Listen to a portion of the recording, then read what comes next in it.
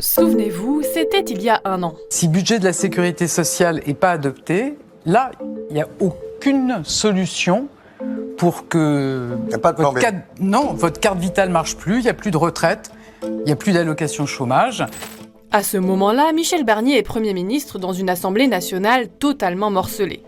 Le budget de la sécurité sociale est mal embarqué et le gouvernement et les macronistes jouent à fond la dramatisation pour préparer les Français à une possible non-adoption du PLFSS, l'autre petit nom du budget de la Sécu, et ses conséquences. Et aussi pour mettre la pression sur les parlementaires en prenant l'opinion à témoin. Rebelote aujourd'hui sous Sébastien Lecornu cette fois, le budget de la Sécu est à nouveau en mauvaise posture et c'est le retour du catastrophisme macroniste. Il n'y a pas de plan B.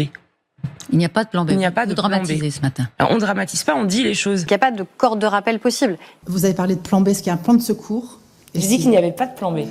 Sauf que l'année dernière, Michel Barnier est censuré et le PLFSS est rejeté. Et contrairement aux pires prédictions, des cartes vitales ont continué de fonctionner et les pensions de retraite ont toujours été versées. Aujourd'hui, si la France n'a pas de budget de la Sécu avant le 31 décembre, on sait que le déficit se creuserait et que l'année 2026 démarrerait dans une instabilité exacerbée. Mais pour autant, via des décrets, le gouvernement pourrait toujours permettre aux organismes de sécurité sociale de fonctionner dans une situation politique qui n'aura pas bougé.